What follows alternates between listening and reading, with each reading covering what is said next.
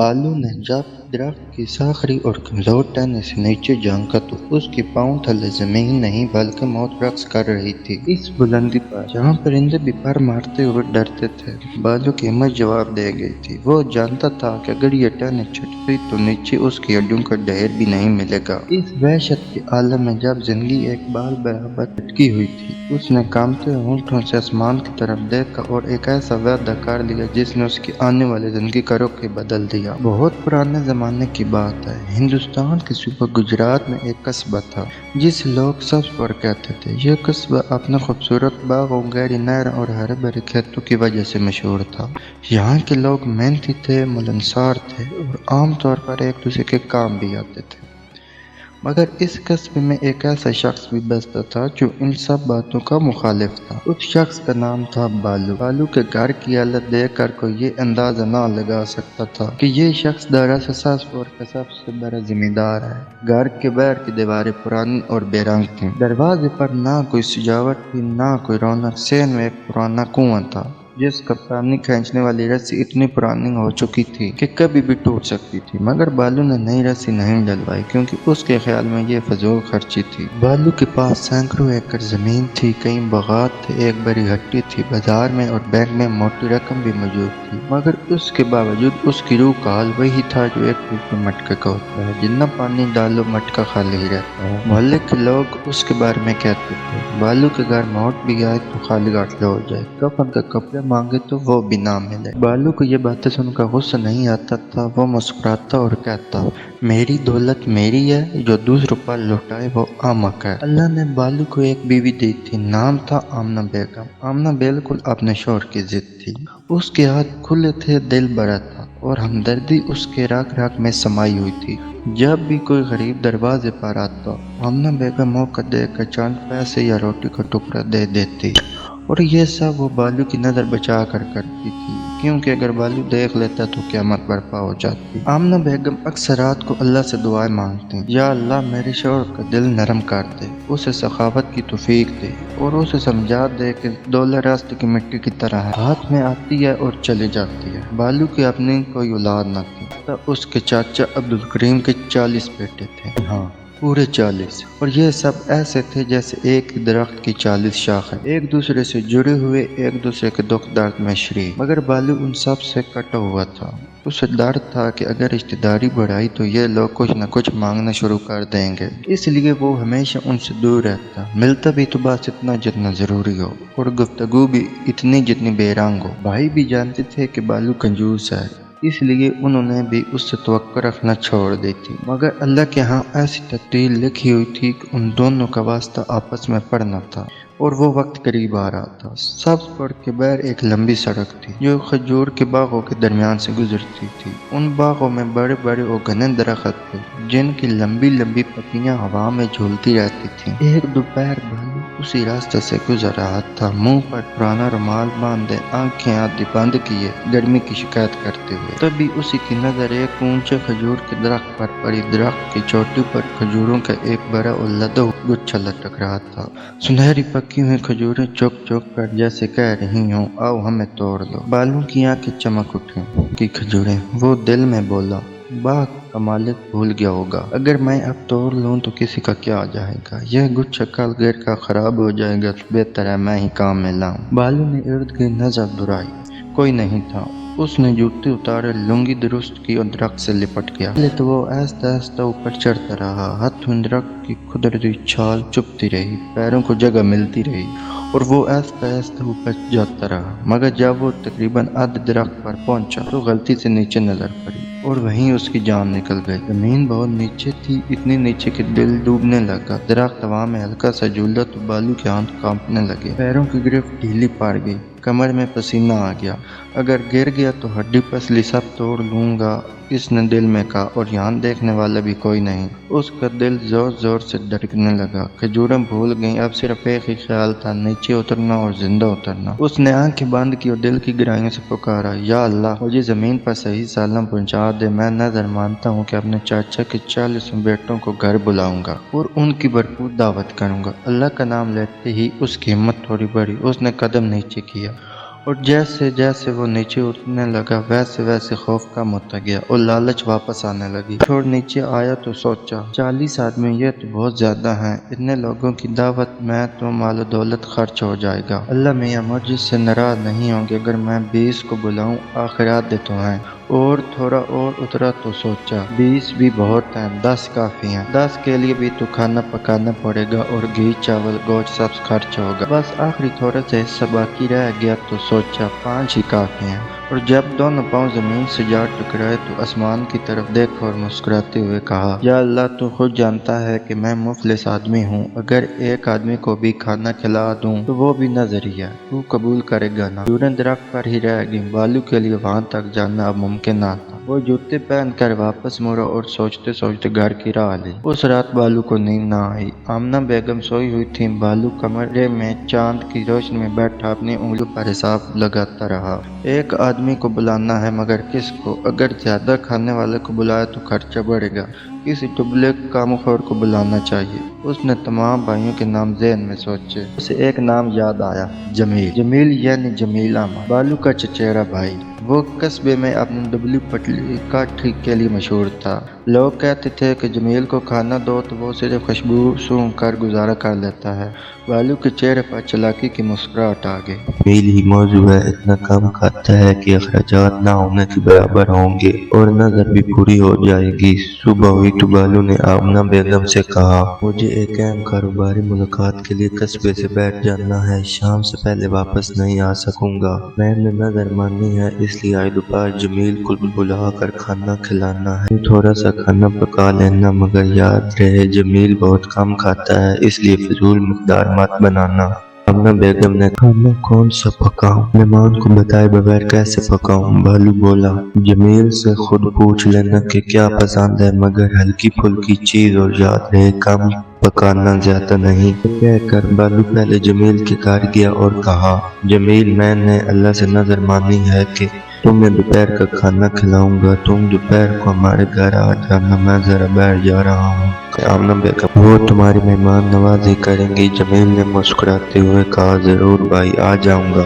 جمیل احمد دبلا پتلا ضرور تھا مگر اللہ نے اسے ذہن خوب دیا تھا، وہ سمجھتا تھا کہ بالو نے نہ اسے کیوں بلایا ہے، نہ محبت سے نہ رشتہ داری سے، بلکہ اس لیے کہ وہ سب سے کم کھانے والا ہے۔ گھر آ کر جمیل نے اپنی بیوی زبیدہ کو بلایا اور آہستہ سے کہا، زبیدہ آج میں بالو کے گھر دوپہر کا کھانا کھانے جا رہا ہوں، اور سنو میں جو کہتا ہوں وہ غور سے سنو اور یاد رکھو، شام کو بالو یہاں ضرور آئے گا، تب تمہیں کیا کرنا ہے وہ ابھی میں بتاتا ہوں۔ جمیل نے زبیدہ کے کان میں کچھ کہا، زبیدہ پہلے ہنسی پھر سنجیدہ ہوئی اور بولی، ٹھیک ہے میں سمجھ گئی۔ اس کے بعد جمیل نے ایک بڑی سی ٹوکری اٹھائی جسے صرف پھل وغیرہ لینے جا رہا ہو اور وہ بالو کے گھر کی طرف چل دیا۔ آمنہ بیگم نے دروازہ کھولا تو جمیل کو دیکھ کر خوش ہوئی، آؤ جمیل بھائی، بہت اچھا ہوا آ گئے، میں نے آپ کے لیے کھانا پکانا ہے مگر سمجھ نہیں آ رہا کہ کیا پکاؤں، بتائیے کیا پسند ہے۔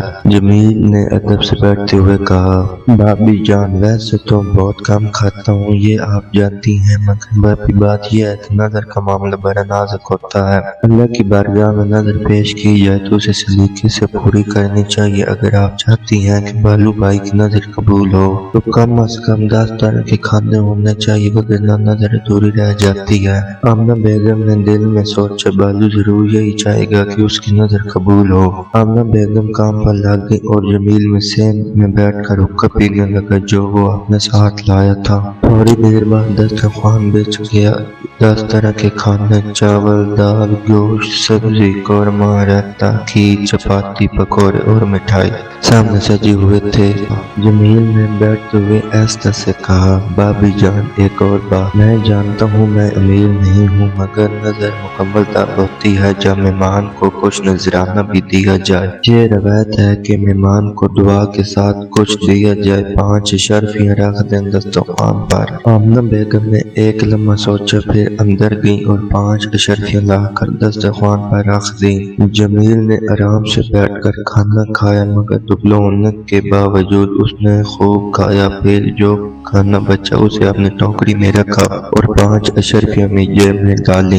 आमना बेगम को समझ आई मगर वो कुछ ना बोली क्योंकि उन्हें भी जमील की जहानत पर हंसी आ रही थी और बालू की कंजूसी पर थोड़ा सा गुस्सा भी। जमील ने जाते जाते कहा, भाभी अल्लाह बालू भाई की नजर कबूल फरमाए, आमीन, और उन्हें अक्ल दे, आमीन। शाम को बालू जब घर लौटा तो आमना बेगम ने सब कुछ बताया। 10 खाने 5 अशरफिया टोकरी। बालू का चेहरा सुरख हो गया, वो तकरीबन चीख पड़ा।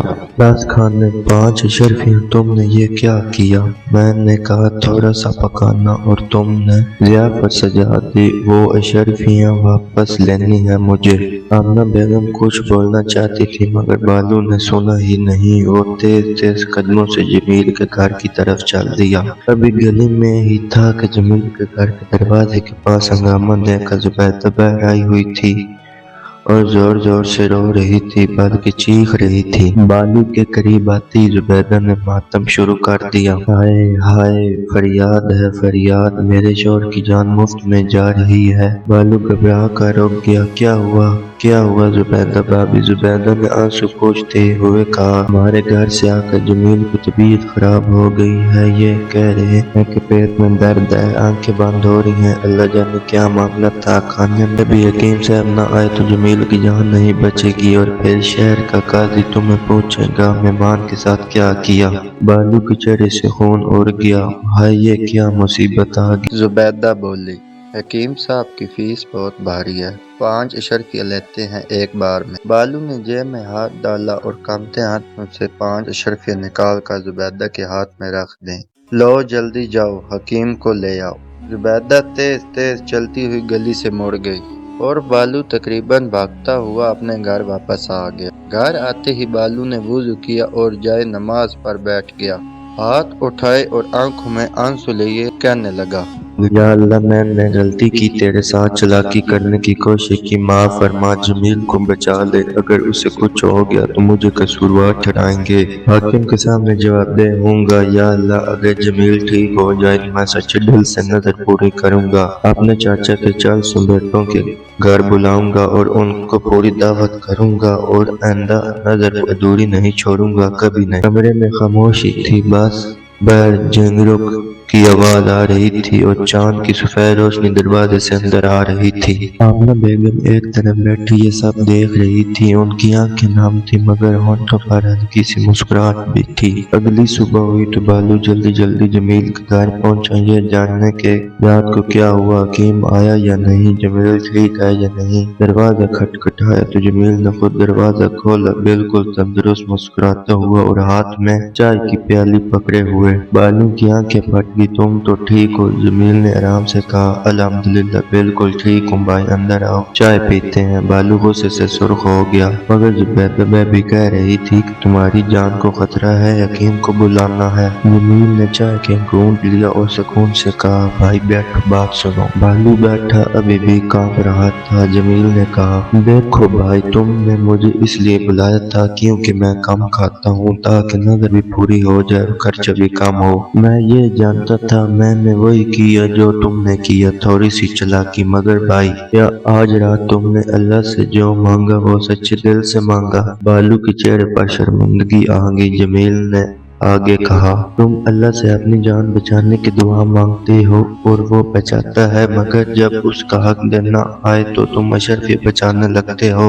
ये कैसा मामला है? अल्लाह को धोखा दिया जा सकता है क्या? बालू की आंखें भीग गई। पहली बार, शायद पूरी जिंदगी में पहली बार, उसे अपनी कंजूसी पर नहीं, अपनी बेईमानी पर शर्म आई। एक हफ्ते बाद साजपुर में एक अनोखा मंजर था। बालू के घर का दरवाजा सुबह से खुला था। सैन में 10 सफान बिछे थे, हांडियां चढ़ी हुई थी और आमना बेगम पड़ोसियों के साथ मिलकर बिरयानी, कौरमा और खीर पका रही थी। दोपहर को अब्दुल करीम चाचा के 40 बेटे एक एक करके बालू के दरवाजे से दाखिल हुए। वो दरवाजा जो आज तक उनके लिए बंद रहा था। बालू ने खड़े होकर सिर्फ इतना कहा, भाइयों, आज तक मैंने आपको दूर रखा, ये मेरी गलती थी। आज अल्लाह से किया वादा पूरा कर रहा हूँ। तब ने आमीन कहा। जमील ने मुस्कुरा कर कहा, भाई, आज तुमने अपनी असल दौलत खर्च की। बालू ने पूछा कौन सी जमील? बोला सखावत। रात को जब सब चले गए तो आमना बेगम ने पूछा आज कैसा लगा? बालू ने ऐसे से कहा आज इतना खर्च किया जितना कभी नहीं किया, मगर इतना सुकून भी पहले कभी नहीं मिला।